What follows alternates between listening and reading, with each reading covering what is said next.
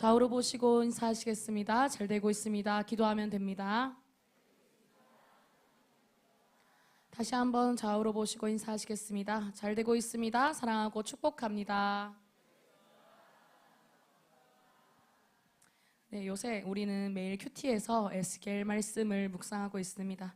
에스겔 선지자가 하나님의 말씀을 전하던 시대는 이스라엘 역사 가운데에서 가장 절망적인 시기였습니다. 이스라엘 백성들은 나라를 잃었고 또 성전은 무너진 상태였습니다. 하나님의 백성이라고 자부하던 사람들이 바벨론 포로가 되어서 낯선 땅에서 살아가고 있었습니다. 그들에게는 희망이 보이지 않았습니다. 이스라엘 백성들은 하나님께 버림받았다고 생각했고 이제는 다시 일어설 수 없다고 여겼습니다. 그런데 하나님께서는 이 절망 가운데에서 놀라운 말씀을 들려주십니다. 오늘 본문 22절 말씀을 다시 한번 읽어보겠습니다. 시작.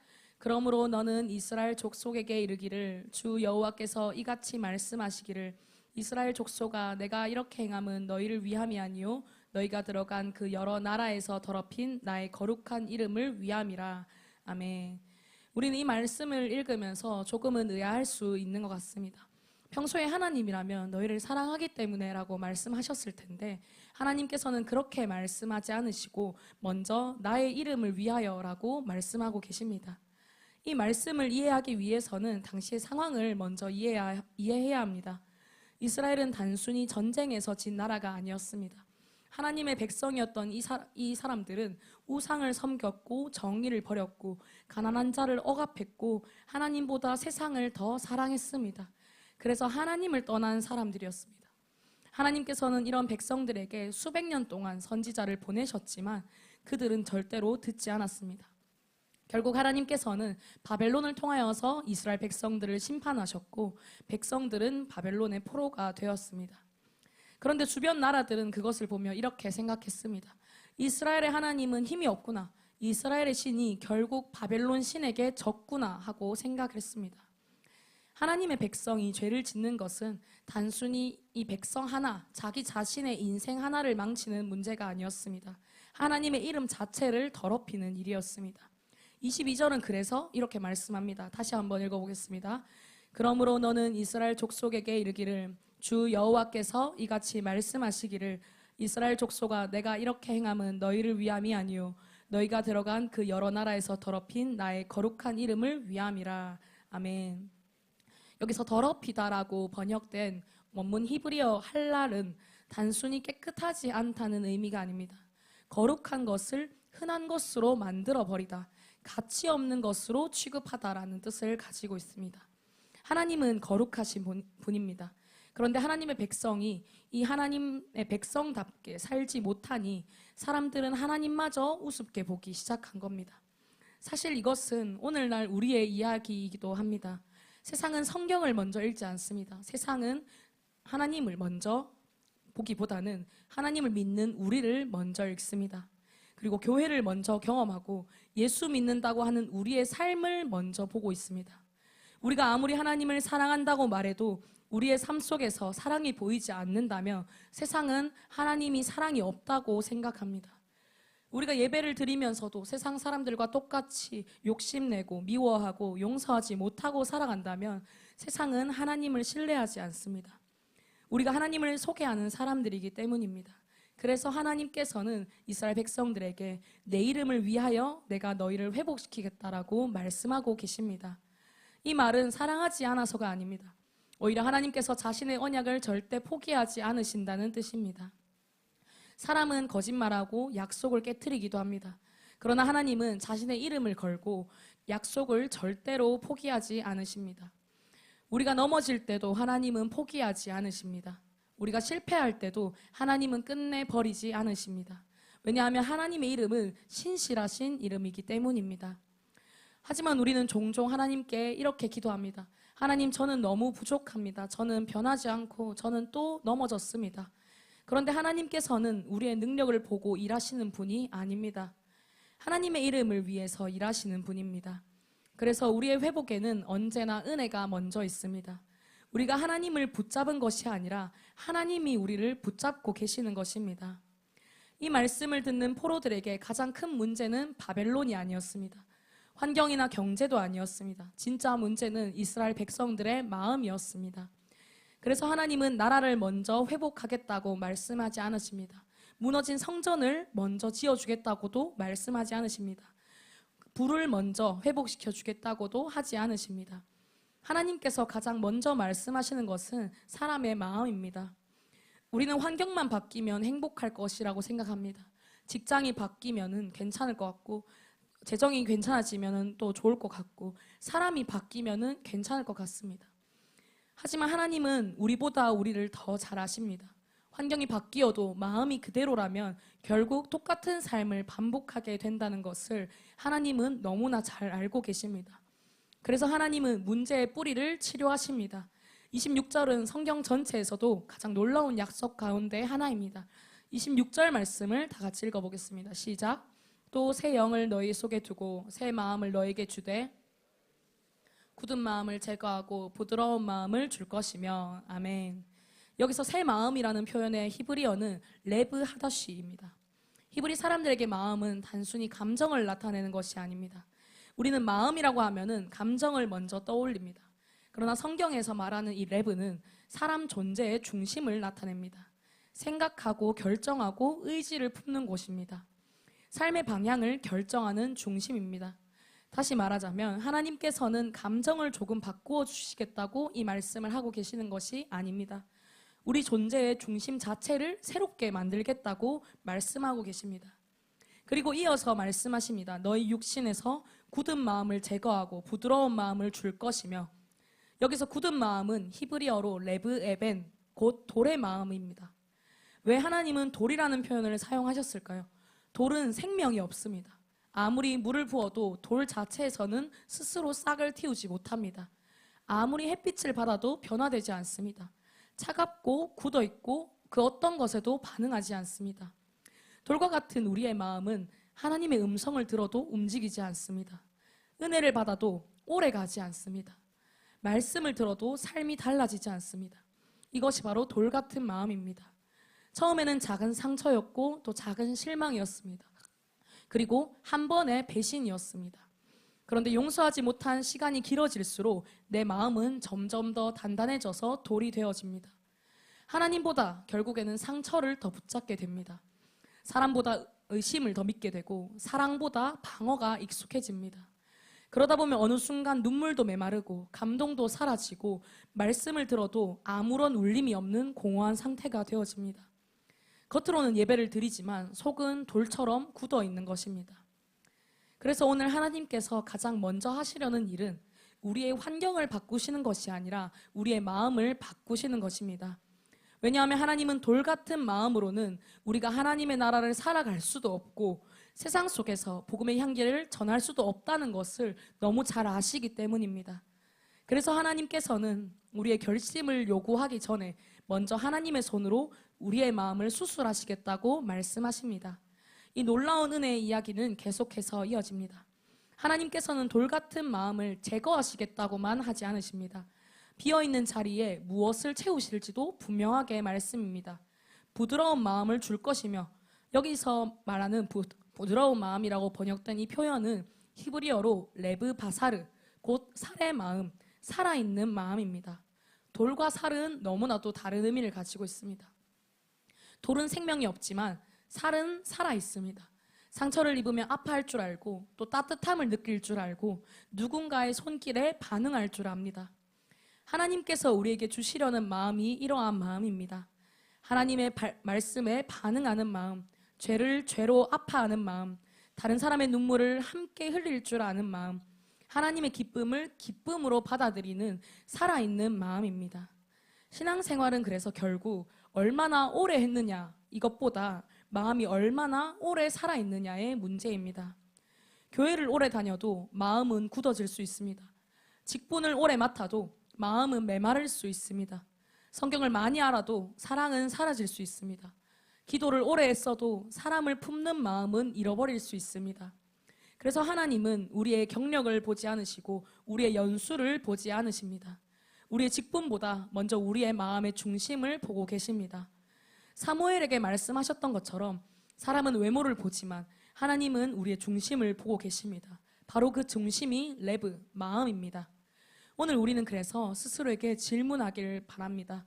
내 마음은 아직 살아있는지, 말씀을 들을 때 여전히 하나님 앞에서 떨림이 있는지, 예배를 드릴 때 여전히 감사가 있는지, 기도할 때 여전히 하나님을 만나고 싶은 갈망이 있는지, 아니면 모든 것이 이미 익숙해졌는지, 찬양도 익숙하고 설교도 익숙하고 예배도 익숙하고 사역도 익숙한데 하나님은 점점 멀어지고 있는 것은 아닌지, 익숙함은 때로는 믿음의 가장 큰 적이 됩니다.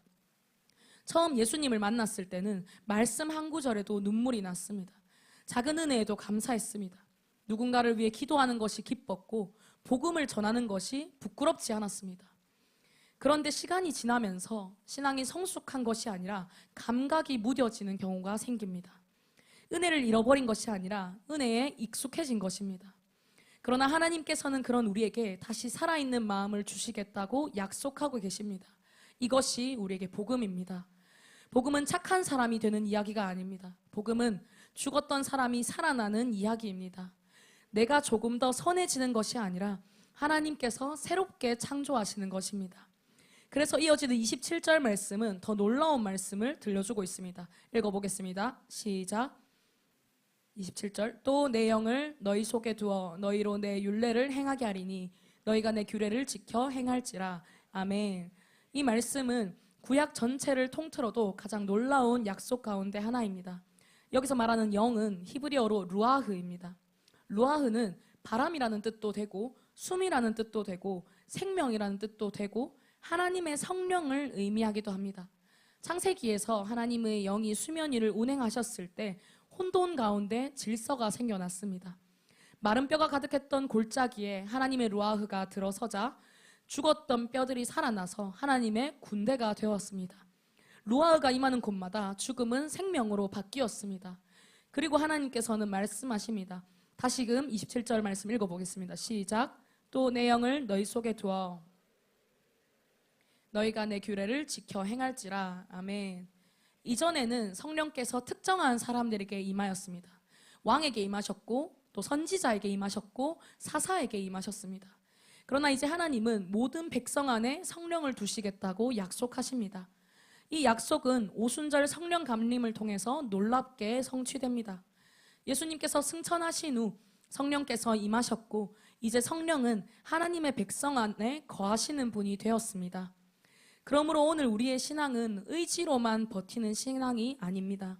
성령께 의지하는 신앙입니다. 많은 사람들이 신앙생활을 힘들어하는 이유는 자신의 힘으로 거룩해지려고 하기 때문입니다.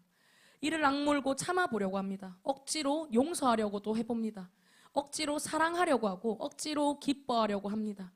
물론 우리의 결단 또한 필요합니다. 하지만 결단만으로는 오래 가지 못합니다. 돌 같은 마음은 결심으로 바뀌지 않습니다. 오직 성령으로만 바뀝니다. 성질이 급한 사람이 하루아침에 온유해지는 것도, 용서하지 못하던 사람이 눈물로 품게 되는 것도, 자기밖에 모르던 사람이 섬김의 사람으로 변하는 것도 모두 성령께서 하시는 것입니다. 우리는 변화의 주체가 아니라 변화의 대상입니다. 변화시키는 분은 하나님이십니다. 그래서 신앙생활의 가장 중요한 질문은 나는 얼마나 강한 사람인가가 아닙니다. 나는 오늘도 성령께 순종하고 있는가입니다. 성령은 억지로 우리를 끌고 가지 않으십니다. 인격적으로 말씀하시고 또 깨닫게 하시고 감동을 주시고 순종하도록 이끌어 가십니다. 그래서 하나님께서는 계속해서 말씀하십니다. 너희로 내 율례를 행하게 하리니. 여기서 중요한 것은 행하게 하리니 라는 표현입니다. 하나님은 열심히 지켜라 라고 말씀하지 않으시고 내가 그렇게 살게 하겠다라고 말씀하고 계십니다. 율법은 사람을 변화시키지 못합니다.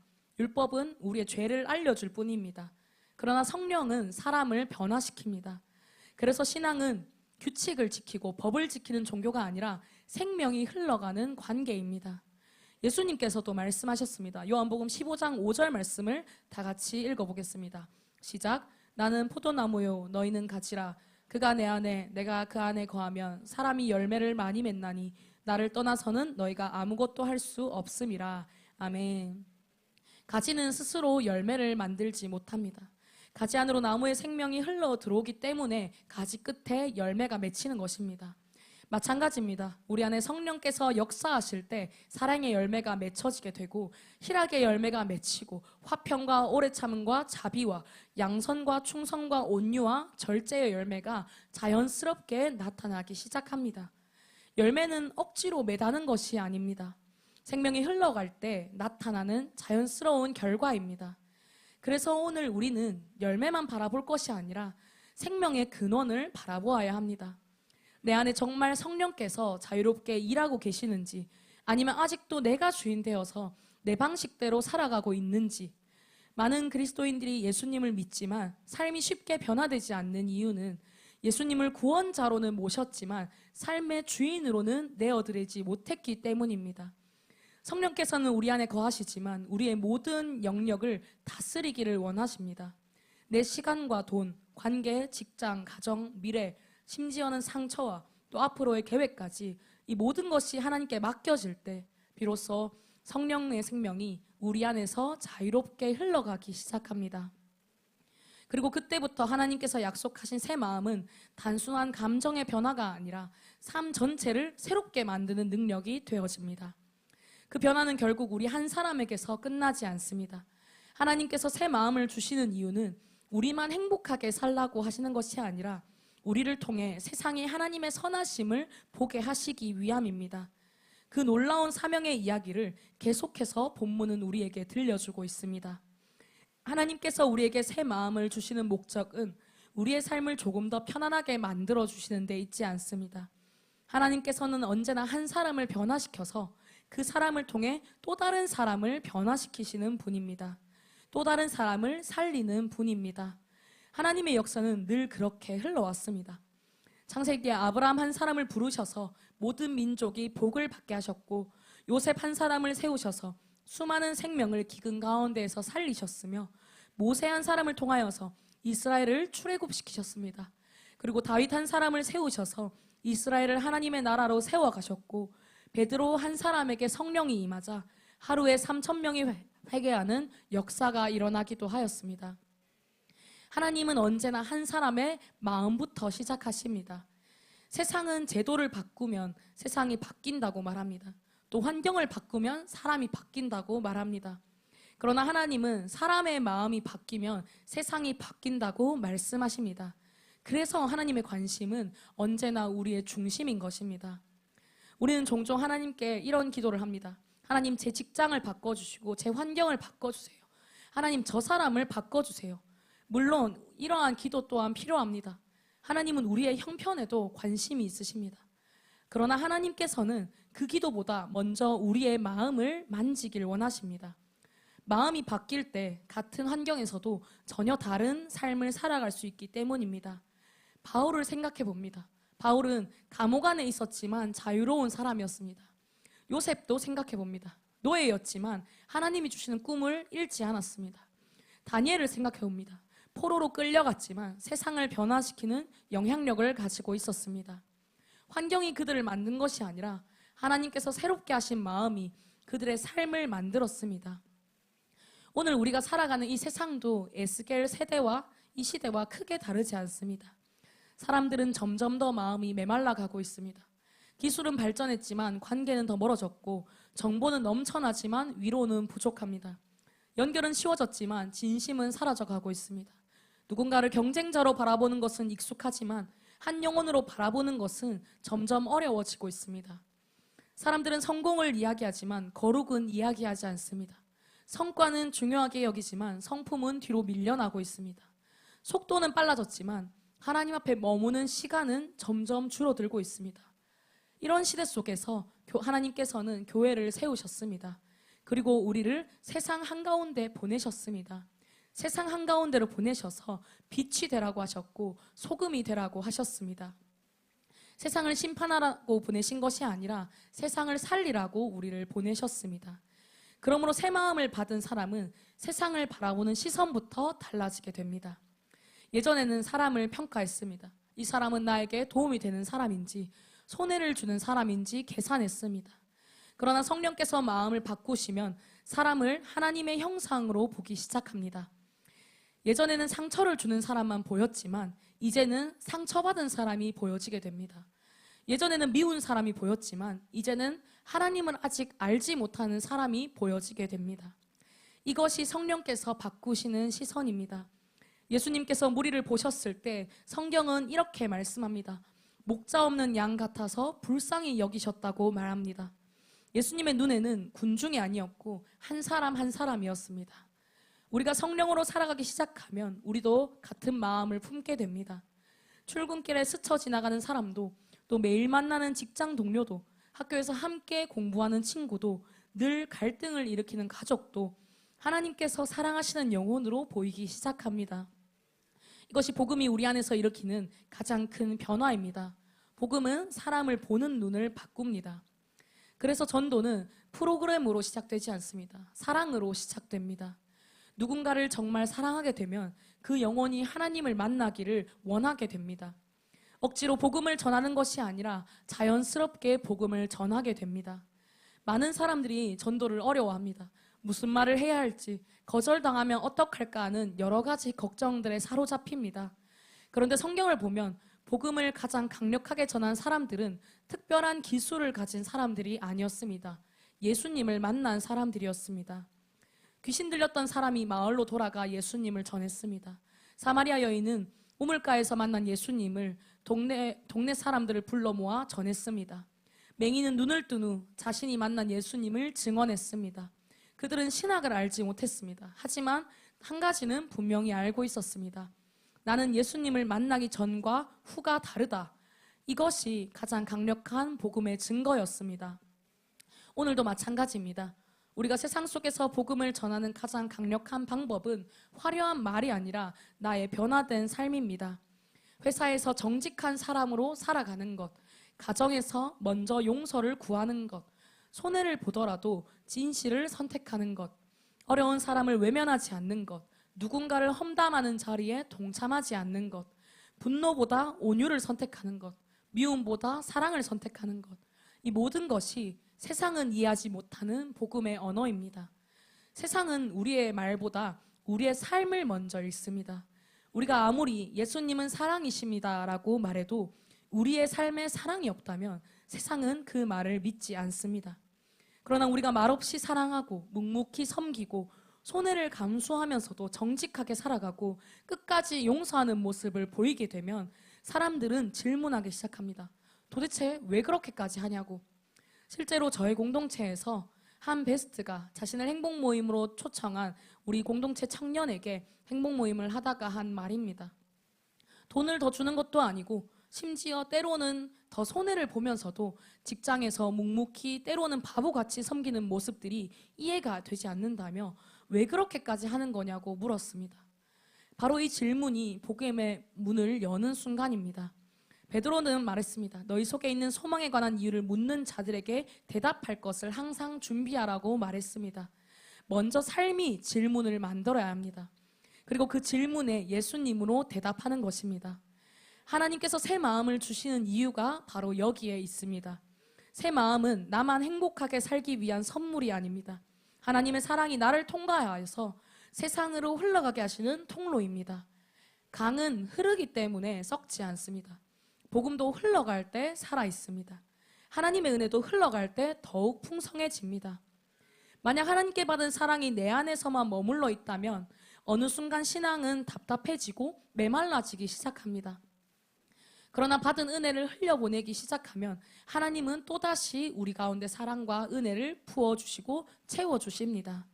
용서하는 사람에게 더 큰 용서의 은혜를 더해주시고 섬기는 사람에게 더 큰 사랑을 부어주시며 복음을 전하는 사람에게는 더 큰 담대함을 허락하십니다. 그래서 하나님께서는 우리를 저수지가 아니라 강으로 부르셨습니다. 계속해서 하나님의 생명이 흘러가는 통로가 되라고 말씀하십니다. 그리고 본문의 마지막 부분은 성령으로 변화된 사람이 결국 어떤 삶을 살아가게 되는지를 매우 깊이 있게 보여줍니다. 그 모습은 단순히 행동이 조금 좋아진 것이 아니라 죄를 미워하고 하나님을 더욱 사랑하는 사람의 모습입니다. 그 은혜의 절정이 이제 마지막으로 이어집니다. 하나님께서 새 마음을 주시고 성령을 우리가 안에 두시는 역사는 단순히 삶의 분위기를 바꾸는 정도에서 끝나지 않습니다. 본문의 마지막은 변화된 사람에서 안에서 일어나는 가장 근본적인 변화를 보여줍니다. 28절부터 하나님은 이렇게 말씀하십니다. 읽어보겠습니다. 28절 제가 읽어드리겠습니다. 내가 너희 조상들에게 준 땅에서 너희가 거주하면서 내 백성이 되고 나는 너희 하나님이 되리라. 아멘. 이 말씀은 단순히 고향으로 돌아간다는 의미가 아닙니다. 이것은 하나님께서 오래전부터 반복해서 하셨던 언약의 완성입니다. 성경은 창세기부터 요한계시록까지 이 한 문장을 향해서 흘러갑니다. 하나님은 언제나 우리에게 무언가를 주시는 것이 목적이 아니라 우리 자신을 원하셨습니다. 우리는 하나님께 복을 구하고 건강을 구합니다. 또 가정을 위해 기도하고 사업을 위해 기도하고 진로를 위해 기도합니다. 물론 하나님은 우리의 필요를 아시는 아버지이십니다. 그러나 하나님께서 가장 원하시는 것은 복을 주는 하나님으로만 기억되는 것이 아니라 우리 삶의 하나님이 되시는 것입니다. 이스라엘이 실패했던 이유도 여기에 있었습니다. 그들은 하나님보다 하나님이 주시는 것을 더 사랑했습니다.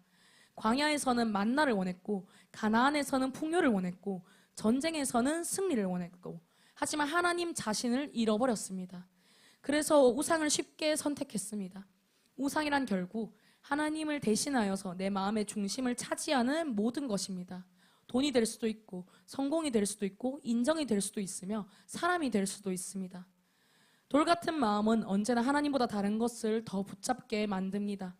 그러나 새 마음은 하나님을 가장 귀한 분으로 여기기 시작합니다. 이것이 성령께서 하시는 일입니다. 억지로 하나님을 사랑하게 만드는 것이 아니라 하나님이 가장 사랑스러운 분으로 보이게 하십니다. 그래서 신앙은 의무가 아니라 기쁨이 되어집니다. 예배가 숙제가 아니라 만남이 됩니다. 기도가 부담이 아니라 쉼이 되어지고 말씀이 지식이 아니라 생명이 되어집니다. 이것이 성령으로 사는 삶입니다. 29절에서 하나님은 또 하나의 약속을 하십니다. 시작. 내가 너희를 모든 더러운 데에서 구원하고 곡식이 풍성하게 하여 기근이 너에게 닥치지 아니하게 할 것이며. 아멘. 여기서 더러운 것이라는 표현은 단순히 외적인 죄만을 의미하지 않습니다. 우상을 섬기던 삶, 또 죄에 익숙했던 삶, 하나님 없이 살아가던 모든 방식에서 건져내시겠다는 약속입니다. 우리는 종종 죄를 행동이라고 생각합니다. 하지만 성경은 죄를 관계의 문제로 설명합니다. 죄는 하나님을 떠나는 것입니다. 그래서 하나님께 가까이 갈수록 죄는 멀어지고 하나님에게서 멀어질수록 죄는 가까워집니다. 성령께서 우리 안에 거하시면 죄를 짓지 않는 완전한 사람이 되는 것이 아닙니다. 그러나 죄를 편안하게 여기지 못하는 사람이 됩니다. 예전에는 죄를 즐겼습니다. 하지만 이제는 죄를 슬퍼하게 되고 예전에는 죄를 숨겼지만 이제는 회개하게 되어집니다. 이것이 살아있는 마음의 증거입니다. 살아있는 몸은 아픔을 느낍니다. 죽은 몸은 아픔을 느끼지 못합니다. 마찬가지로 살아있는 영혼은 죄를 아파합니다.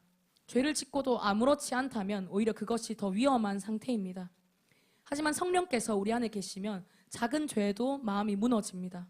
말 한마디 잘못한 것이 마음에 걸립니다. 누군가를 미워했던 것이 마음을 찌르고 기도하지 못한 시간이 아쉬워집니다. 무엇보다 하나님보다 세상을 더 의지했던 것이 부끄러워집니다. 이것은 정죄가 아니라 성령께서 우리 안에 살아계시다는 증거입니다. 30절에서 하나님께서는 곡식과 열매를 풍성하게 하시겠다고 말씀하십니다. 읽어보겠습니다. 시작. 또 나무의 열매와 밭의 소산을 풍성하게 하여 너희가 다시는 기근의 욕을 여러 나라에게 당하지 아니하게 하리니. 아멘. 이 역시 단순히 경제적인 축복만을 말하는 것이 아닙니다. 하나님 안에 있는 사람은 메마른 인생이 아니라 열매 맺는 인생이 된다는 의미입니다. 예수님께서도 말씀하셨습니다. 요한복음 10장 10절 말씀을 다 같이 읽어보겠습니다. 시작. 도둑이 오는 것은 도둑질하고 죽이고 멸망시키는 것뿐이요 내가 온 것은 양으로 생명을 얻게 하고 더 풍성히 얻게 하려는 것이라. 아멘. 풍성한 삶은 통장에 숫자가 많아지는 것을 의미하지 않습니다. 감사가 풍성한 삶이고 평안이 풍성한 삶입니다. 사랑이 풍성한 삶입니다. 또 용서가 풍성한 삶입니다. 복음을 전하는 기쁨이 풍성한 삶입니다. 세상은 많이 가지는 것을 풍성함이라고 말하지만 하나님은 많이 흘려보내는 것을 풍성함이라고 말씀하십니다. 사해와 갈릴리오스는 모두 요단강의 물을 받습니다. 그러나 갈릴리는 흘려보내기 때문에 생명이 넘칩니다. 물고기가 살고 또 식물이 자라고 사람들이 살아갑니다. 반면 사해는 받아들이기만 하고 흘려보내지 않습니다. 그래서 아무 생명도 살지 못합니다. 우리의 신앙도 같습니다. 은혜를 받기만 하면 결국 메말라 갑니다. 사랑을 흘려보낼 때, 복음을 전할 때, 누군가를 위해 기도할 때, 섬김으로 살아갈 때 우리 안의 생명은 더욱 풍성해집니다. 그래서 하나님께서는 우리를 축복의 종착지가 아니라 축복의 통로로 부르셨습니다. 그리고 마지막 31절은 참 놀라운 말씀을 보여주십니다. 하나님께서 새 마음을 주시고 성령을 주시고 회복시키시고 풍성하게 하신 후에 사람들에게 어떤 일이 일어난지 말씀으로 보겠습니다. 시작.